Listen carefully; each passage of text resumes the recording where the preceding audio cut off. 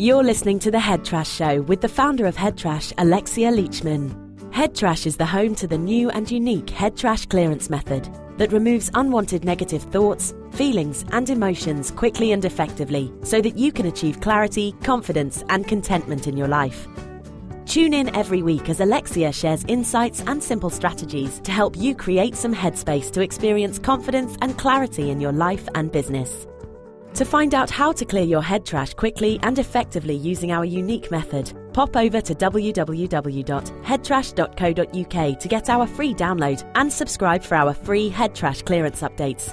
And now for the show.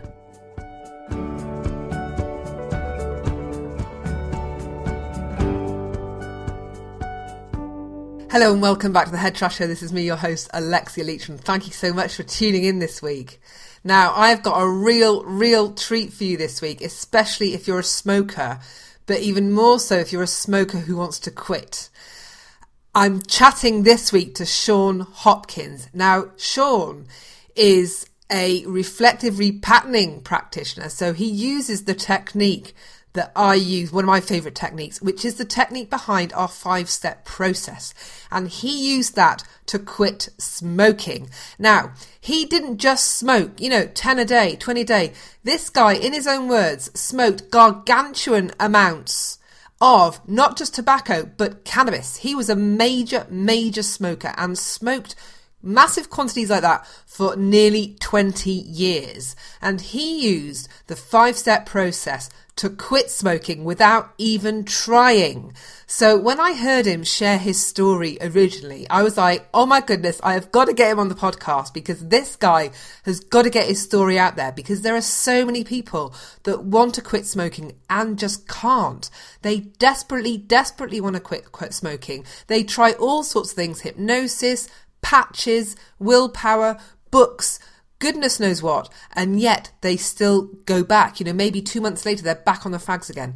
So this is just such a brilliant episode for so many reasons, because not only does he give a little bit of his backstory, which helps to put his quitting achievement into context. My goodness, this guy smoked ridiculous amounts.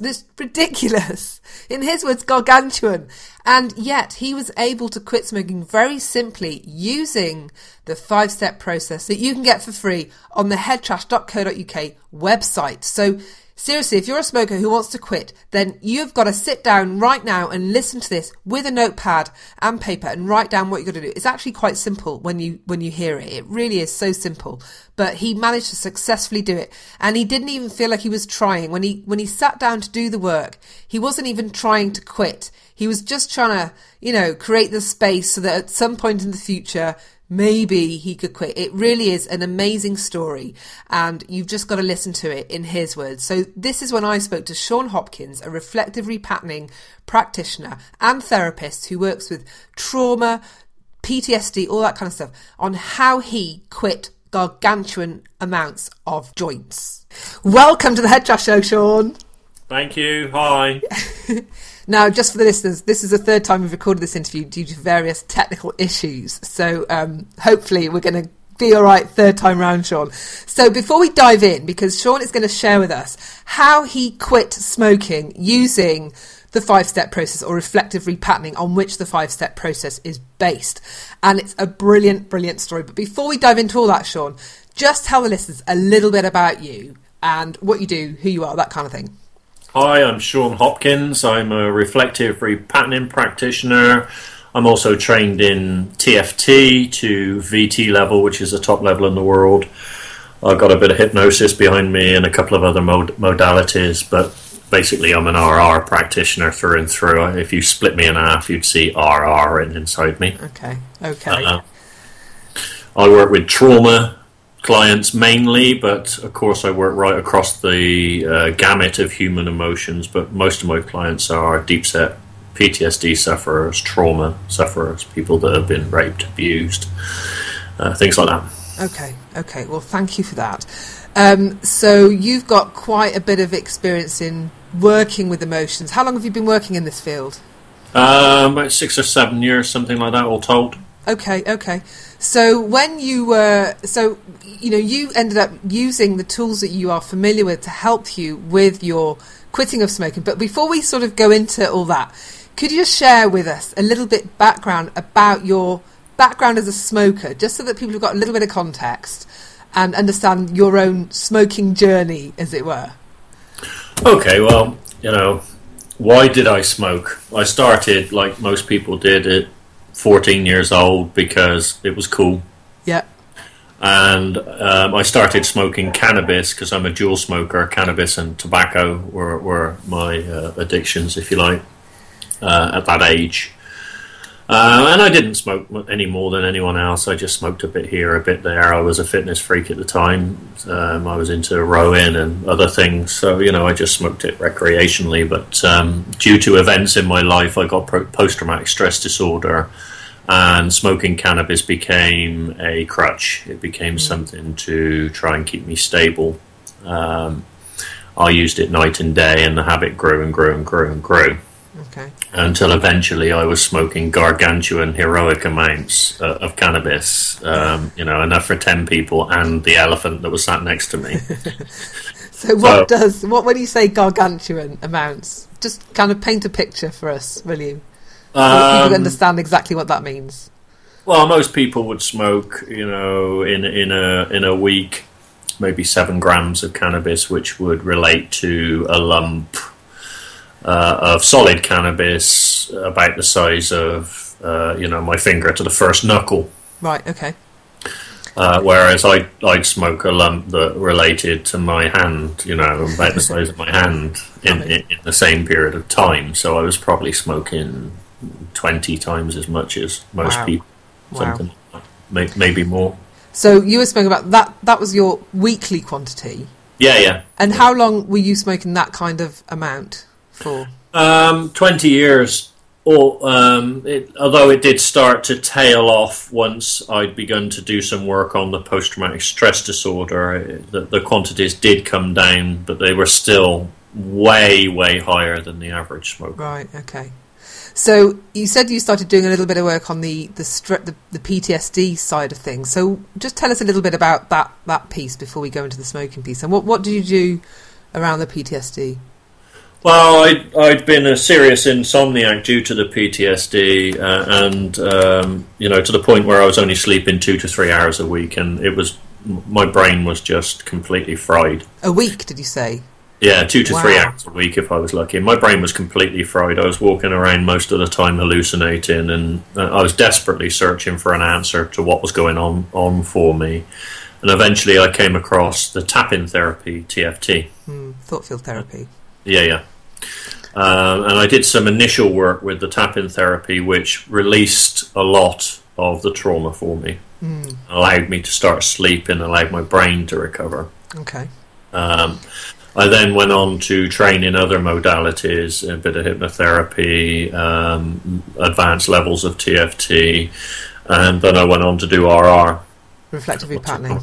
Yeah, reflective repatterning. And once I came across reflective repatterning, then I began to do some more serious work around that area to relieve the deep-set trauma that had gone on for me. Okay. So it sounds to me like you're saying that the smoking was really a way of coping with the PTSD. Is that right? Yeah, Is that fair to say?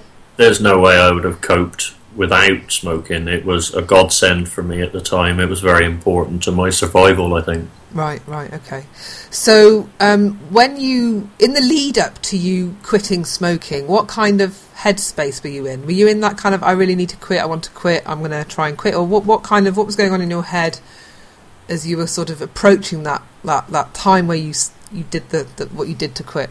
Well, I felt like an unwilling chimney. These gargantuan amounts of smoke were going in me and out of me without my permission anymore. I didn't want to be doing it anymore, but I had no control over it. So, there were a series of factors that were locking me in to continue smoking. Right. And I was frustrated by the whole thing. Socially, it no longer matched my lifestyle. It got in the way of everything. I couldn't even go on holiday without smuggling cannabis out the country. Right. Which is what How ridiculous is that? It's just completely and utterly ridiculous. I couldn't think about going anywhere without taking a large volume of cannabis with me. So I was at risk of being busted by the police day and night everywhere I went, 24/7, 365 days of the year, because of this habit, which I didn't even want to be doing anymore. Okay. But it was difficult for me to consider stopping because I'd been using it in that way to, as a crutch to, keep me safe, to keep me from losing it for so long that I thought I needed it. Okay. In every respect. So, tell us now, what do you do then to help you to quit? What was the thing that, before we go into that, had you tried to quit before? Yeah, I tried everything under the sun. Patches, e-cigarettes, willpower, hypnosis. I tried everything. Right. And did any of it work even for a tiny bit and you just relapsed, or did it just not even touch the sides? The hypnosis worked for a week or two, and then, I found myself just hypnotising myself into believing I'd stopped while I was smoking. You are a sneaky one. Yeah. Yeah. So, so tell us, what did you do? How did you finally quit smoking these gargantuan amounts of tobacco and cannabis? What did you do? I used the fantastic tools that I got available to myself, which is reflective repatterning. I asked myself the question, what was stopping me from stopping? Okay. And in asking myself that question, a lot of issues came up. I started to understand the bigger picture for myself around why I hadn't been able to give up, even though I really, really wanted to. There were a lot of fears associated with stopping, and those fears needed addressing. So, I sat down and I worked out what these fears were, made a list of them. Okay. With the intention then of using reflective repatterning to balance those fears, to neutral. So just a little note for the listeners, when Shaun is saying he's using reflective repatterning to clear the fears, he's basically referring to the 5-step process you can get for free off the Head Trash website. So if you listen really clearly to what Shaun is saying, you can do this at home too. So just a little recap, you basically sat down and you asked yourself the question, what is stopping me from stopping smoking? Yeah. And whatever came out, you just wrote that down. I wrote it down, and then I worked on each of those issues. A list of 10 or so things came up. Okay. And what kind of things were on that list then? Well, first and foremost, I'd been using cannabis all that time in order to stop myself from losing it in connection with the PTSD that I had, which losing it meant getting very angry, becoming an angry bastard. And on the previous occasions when I tried to stop smoking, that was the first thing that came up, is my stress levels went through the roof. I became very irritable, irrational, very, very angry, easily kicking off. And I didn't want that. It had wrecked a relationship in the past, and it had been a fear I'd been carrying around with me for a long time. I also feared losing my friend group, which was all cannabis smokers, because I had no choice. I mean, you don't mix with the general public smoking spliffs around, and they don't like it. So your whole friend group becomes cannabis smokers. That becomes normal. Well, what other things were going on? What other issues were coming up? Well, fear that I hadn't dealt with all of the symptoms of post-traumatic stress disorder. Maybe the cannabis was successfully suppressing some of that condition. And so, if I were to stop, that would rise and debilitate me again. For example, I might go back to not being able to sleep, which was a massive, massive fear that I had.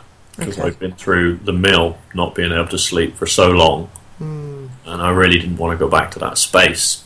What about the rituals around smoking and the feeling of having a fag in the hand or a joint in the hand? And that aspect, some people like having things in the hand or like the ritual side of things.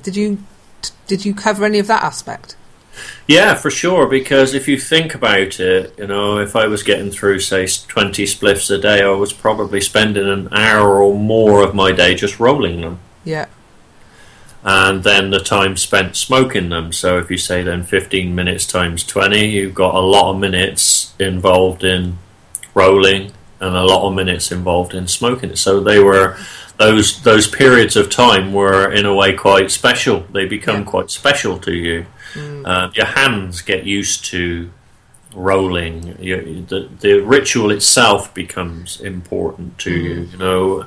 And then there's things like, how else am I going to deal with stress? I've dealt with stress on a day-to-day basis for 20 years by, rolling one of these cigarettes and smoking it. That's what I've done. So, you know, there's a lot of things that come into play, a lot of fears that were stopping me from making that decision to stop. So when you were, I'm just trying to, like, you know, if you can just sort of describe to us that day when what did you do? Just kind of like you decided, I'm going to write this down and today's the day I'm going to quit, or what was going on in your mind when you decided that you're going to write this list, and, you know, how did that unfold? Well, I wasn't thinking I'm going to stop. No. Okay. In fact, I was avoiding thinking that I'm going to stop, because in the past that's what I've done. I've said, okay, right, I'm going to stop, and 5 minutes later I was rolling a spliff. Yeah.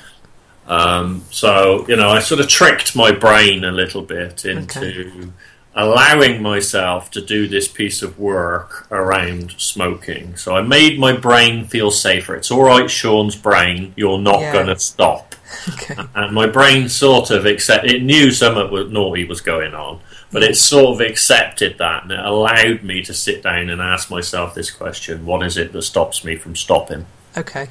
And to take this question seriously and to write down all these points, 10 or 12 or something like that, points that came out, major points that came out. And I, while doing this, I continued smoking. I didn't try and stop. I rolled spliff after spliff and took nice long breaks, and, you know, went out, because I never smoke in the house, went outside and smoked on the balcony. Yeah. You know, just chilled out, not really thinking about giving up, just thinking about what it was that was stopping me from stopping, so that I could get this list together, so I could then consider, well, what, you know, the next step is to RR this list, or to do the 5-step process on the list. And, you know, then once I got my list together, I started doing just that each point. So if it was, you know, fear of being an angry bastard, bleep bleep bleep, then I would use RR, you know, I loving and hating being an angry bleep bleep bleep. Yeah. And then it's opposite, you know, loving and hating being a calm, cool person. Yeah. And then I would go down the list and do the same thing all the way through, using reflective repatterning, smoking away like a trooper. Good man. So how long did this clearance take for you, doing all that work? How long did that take? Because I spent a lot of time smoking in between and having lunch and all of those things, it probably took me, you know, 6 hours, 8 hours maybe, something like that. But, so you spent the day just clearing stuff. Yeah, you know, I wasn't in any rush, and to me, it wasn't I wasn't looking for a result from it. I was looking to just get myself to a better position so that I could think more clearly about giving up at some point in the future. At least that's what I told my brain. Okay. And then what happened then? So you cleared all this stuff, and then what? Well, while clearing it, I began to notice quite quickly that something was changing in my attitudes towards smoking, because, you know, the ritual of rolling didn't feel the same, and smoking didn't feel the same. There was no adversity to smoking. I was quite happy to continue smoking, but something felt wrong. I can't describe what exactly, but it didn't. The need maybe wasn't there in the same way, or the enjoyment wasn't there in the same way, or maybe both those things weren't there in the same way. But I continued anyway. There was no attempt to stop. I wasn't attempting to stop smoking. I was just attempting to understand why I didn't want to stop and dealing with those issues. So at some future point, I may stop. Yeah, okay. And so it started getting a little bit... You noticed the changes already that day. So how did the next few days unfold for you, having done that work? Well, I carried on smoking. Okay. Of course. You know, I had tobacco, I had cannabis, I hadn't intended to stop, so So I carried on smoking, but it did feel strange, and I got to the point where my 50-gram pouch of tobacco started to get low, and eventually it ran out. And this was about 10 o'clock one evening, and normally speaking, I'd just go over the road to the local shop where we buy our milk and I get my tobacco. The people behind the counter know me well. I walk in the shop, they get the tobacco off the shelf, so they're used to that. Yeah. But I got to 10 o'clock at night, no tobacco, and I've got to have the tobacco because otherwise I can't have a joint. Yeah. That's the way it's delivered, it's like my hypodermic syringe. That's the way I deliver it into my system, so I've got to have it. So, I was almost at the point of putting my coat on to go out the house, and my brain just went, don't bother, get it tomorrow. Right. And that really confused my head a little bit. That left my brain going, what's that mean? Because I'd never done that, ever. No. There had never been a point when I'd go, I'll get it tomorrow. Yeah. So I left it. I just did what my brain said. I went to bed that night, got up in the morning, and had my breakfast. And then I realised I haven't been smoking. I better go to the shop and get some tobacco. I haven't got any tobacco. And my brain just went, get it later. Nah, there's something wrong with this. This ain't right. This isn't normal, I knew I'd done the work on myself, so I was expecting something or another to come. But I wasn't expecting my brain to revolt against me and just say no, So I went along with it again, and I went through that day, and we got to the evening, and the evening time was the time where I particularly enjoyed smoking. I smoked all day long, don't get me wrong. It didn't make any difference. I didn't smoke any more in the evenings. I just smoked a lot all day. Yeah. But I particularly enjoyed it as my relaxation in the evenings. So it come to the evening time, and once again, I sort of said to my brain, well, should I go over the shop? And my brain just went, nah, don't bother. Go tomorrow. I'm thinking, nah, this is getting ridiculous now. This is just stupid. So, I left it again. I got up the next day, and once again, the same pattern happened, and I realised, well, I was no longer smoking, and that was pretty much that, I guess. So from that day, so basically that's it, you stopped? Yeah, instantly. Gone. Bush. And when was that? How long ago was that now? That was over 4 months ago now. And so you haven't wanted anything, you haven't relapsed, nothing? No, and normally speaking, what you'll find, or what I found, and what a lot of other smokers find, is that they can get a month down the line, or even 2 months down the line, fairly easily. But around about that point, they give in. Right. And there was no wish for me to start again at any point. I'm over 4 months down the line now. I don't get any cravings. I haven't had any cravings. I haven't had a wish to smoke. In fact, at no point has my brain said to me, you'd like a joint. Right. Or a smoke of any form. I go to the shop in the mornings, most mornings, get the milk or whatever, and when I first started going in the shop, I'd get bits and pieces, and they'd be turning to the till, and I'd be saying, I don't buy that anymore, it's alright, I don't want any of that, and they're looking at me as if to say, what? Damn, we've lost the customer, damn, so they've got used to that now. Yeah. Now I go in and I'm not interested in buying the tobacco. But at first that was very strange, because that would be a normal thing for me to do, go in and get my Rizlas and my tobacco, twice a week, 3 times a week, or whatever it was that I buy a 50-gram pouch to keep me going. Yeah. So all that had stopped. And what about a lot of people say that in the first few days when they've stopped, they experience the more physical side of lacking nicotine, the addictive, the kind of their body starts responding as opposed to the mental piece. Did you notice anything with your body in terms of wanting the nicotine that wasn't a mental piece, but like the shakes or the things that people describe when they do quit smoking? Did you notice anything like that?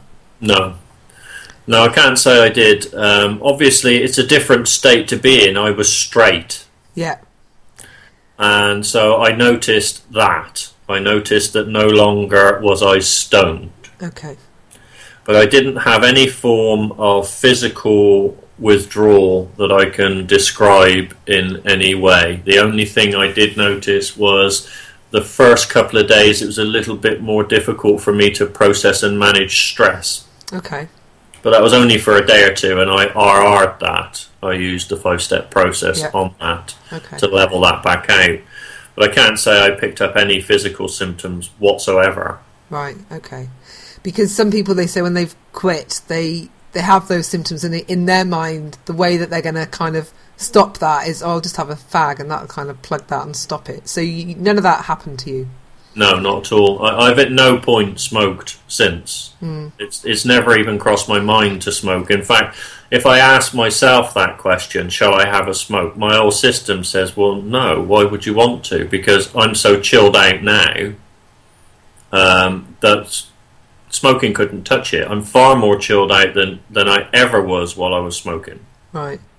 So it sounds to me like there wasn't really, you didn't really engage your willpower. You're not trying to not smoke. You've just stopped.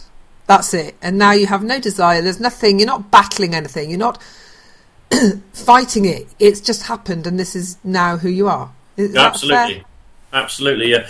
I'm in a very neutral space. I'm not fighting to stop to avoid smoking, but I'm not adverse to smoking. So if I see somebody smoking in the street, all I think is, well, it's not me. Yeah! But I'm not, the smell of smoke doesn't attract me. It doesn't repulse me.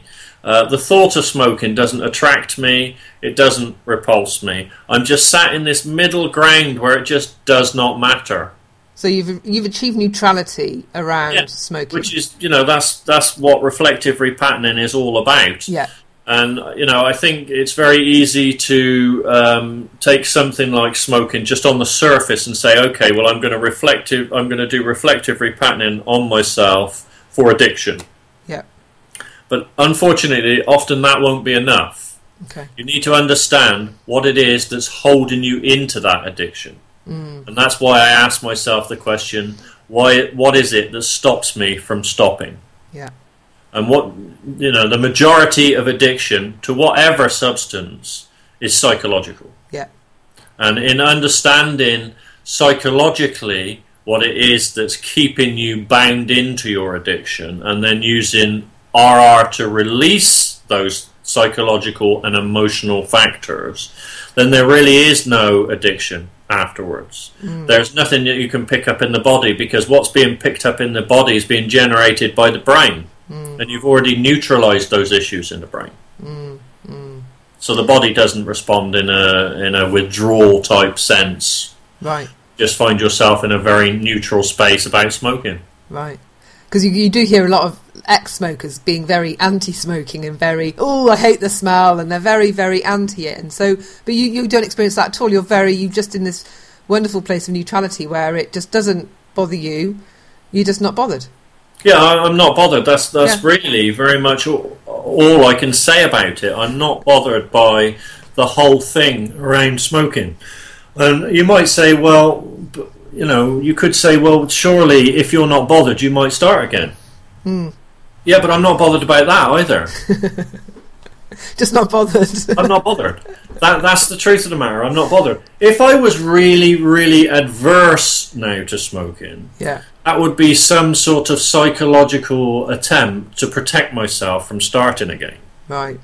That's how I would see that sort of adversity built up in my system. If you look at hypnotherapy, for example, they use techniques like that, aversion techniques, to stop people from smoking, so that they're disgusted by the smell and look of tobacco. They're disgusted by the feeling of it drawing into their systems. They use tricks like making you imagine in the mind that you've got a beer glass full of stub ends that you've put water with, and you've mixed it all up together, and you're going to drink it, to make you vomit, to make you repulsed by the idea. Whereas I've none of that going on inside me. I'm neutral. And in being neutral, it means I've got choice. Yeah. So I could choose to smoke. And then I could choose to stop again. Yeah. Easily. Yeah. Because I'm not unbalanced about the issue. Yeah. I don't want to smoke. I don't need to smoke. But I'm not unbalanced about the issue. So do you find your time... Are you spending time with your friends that still smoke now? Yeah. And how is that for you? There's no difference really. I just go into their environment and they smoke and I don't. Yeah. It's really as simple as that. It means I can still mix with the same people. It hasn't caused any issues in that respect. They think I'm a bit strange and that I'll start smoking again shortly. Yeah. But I think 4 months down the line they're starting to understand that whatever I did to myself, something's changed, because I've told them I've used the tools I use in my therapy on myself. But So the fact that you're a therapist, I'm just thinking, if somebody's listening to this and they are a hardcore smoker, whether it's tobacco or cannabis or anything else that they might be smoking, and they want to do this and try it out, do you think the fact that you're a therapist has given you an advantage, or do you think anyone can do this? I think if someone answers the question honestly, with deep reflection, why or what is it that's stopping me from stopping smoking, that they will generate a list of factors that are making it difficult for them to stop. And if they then use reflective patterning on those issues and their opposites, they will be in a very strong position to stop. So they will have the potential to do this on their own. But how honest are people with themselves? That's why having a therapist in the situation can make a difference. Yeah. Certainly I find when I'm working with clients is that even though the technique itself is actually very simple to use and you can do the clearance yourself very effectively, a lot of people do struggle with that unpicking, that figuring out what is actually going on in their head, what are their motivations, what are their fears, and just understanding that. So I think it's, like you said, having somebody there to help you understand how you feel about this and what your fears are could be a very helpful place, a helpful part of that process. However, there's no reason why somebody couldn't start that journey themselves and see how far they get. And certainly, again, with my experience working with RR, is that once you've worked on a few of those things, you start peeling back the layers and start to get closer to maybe being in a better place to do further work. So like with your story where you described, first of all, you did work on the PTSD and you were moving towards creating a space that enabled you to eventually deal with the smoking situation. But there was a lot of pre-work before that to create a great headspace, in other words. Yeah, I think that we smoke for the same set of reasons as we drink or we take other drugs. It's a coping strategy. And if we're using a coping strategy, there must be something that we're having to cope with that we're not coping with in reality. So we're using some form of crutch to support that. So, often the journey for a smoker will be understanding that. Because otherwise what happens is, if you just say tomorrow, whether you use patches or whatever it is you decide to use, okay, I'm going to quit smoking, you no longer have your coping strategy. So, in a lot of cases, people that smoke have anxiety issues. Or they struggle to deal with stress. Or they may have some form of background depression. Or they may have a background trauma. And with reflective repatterning, if you've got that 5-step process in front of you that's on your fantastic Head Trash site, then you can begin to play around with that to work on small areas yourself. And in doing so, bring yourself closer to a balance where you can challenge your need to have this coping strategy of smoking or whatever addiction it may be that you've got. Or even, eating, people that kind of compulsively eat and comfort eat or comfort shop or gambling, anything like that. The same thing. Exactly the same thing is going on. It's a coping strategy. It might be a coping strategy for something as simple as boredom. Yeah.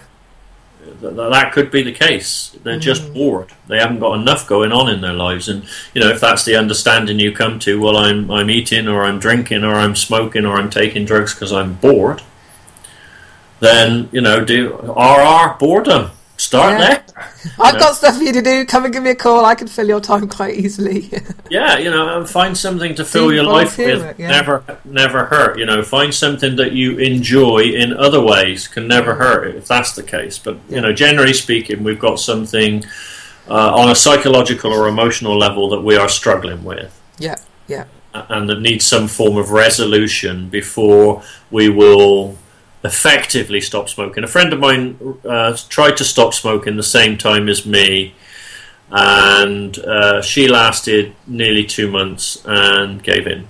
She was doing really well, but then something, a stressor arose in her life, and she went out and bought some cigarettes. Right. And that's a very, very common thing. So she's not dealing with the general stressors that come into her life very well, and feels that smoking helps her to do that. When in actual fact it's the other way around. Smoking is what makes us get stressed. Right.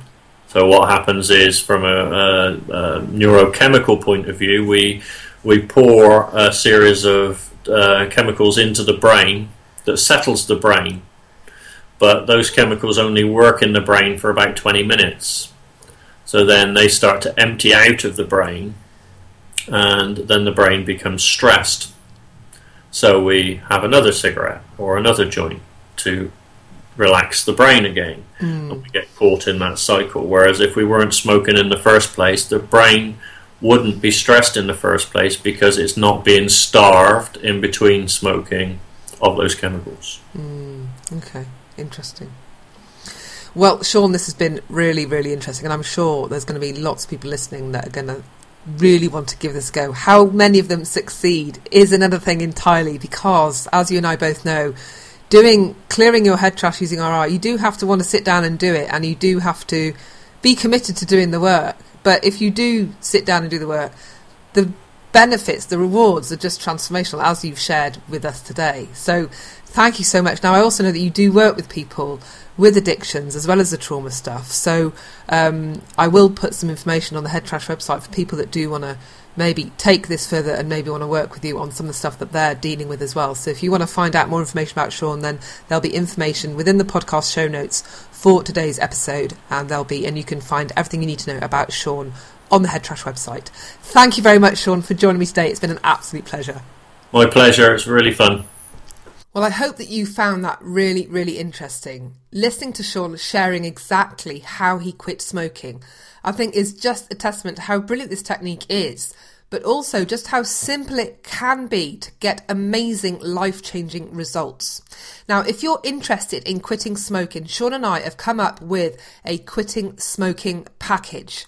So if you want to let us help you to quit smoking, then you just need to check the headtrash.co.uk website and just go under book a session, and you will see that we've got a quitting smoking package there, and you can choose to work with either myself or with Shaun, depending on who you prefer, right? So just a little overview as to what that package is. Basically, there's 3 levels that you can work with us. You can have just the level 1, which is basically one session to help you to unpick all of that stuff around why you can't stop smoking, all the motivations why you do smoke, and all of that emotional stuff that keeps you tied in to smoking.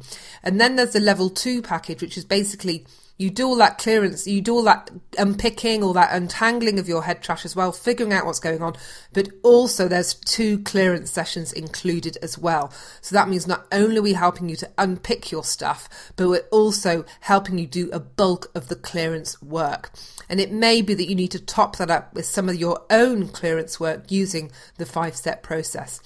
And then there's a final level 3 package, which basically we are there holding your hand for a number of weeks after you've quit, so that to support you in case you get some of those little stresses that come back in your life and you're not quite sure how to cope, those moments when you might need to reach the fags again, how you're feeling, what's going on through your mind, and what support you might need at those moments, then we'll be there for you at that point too.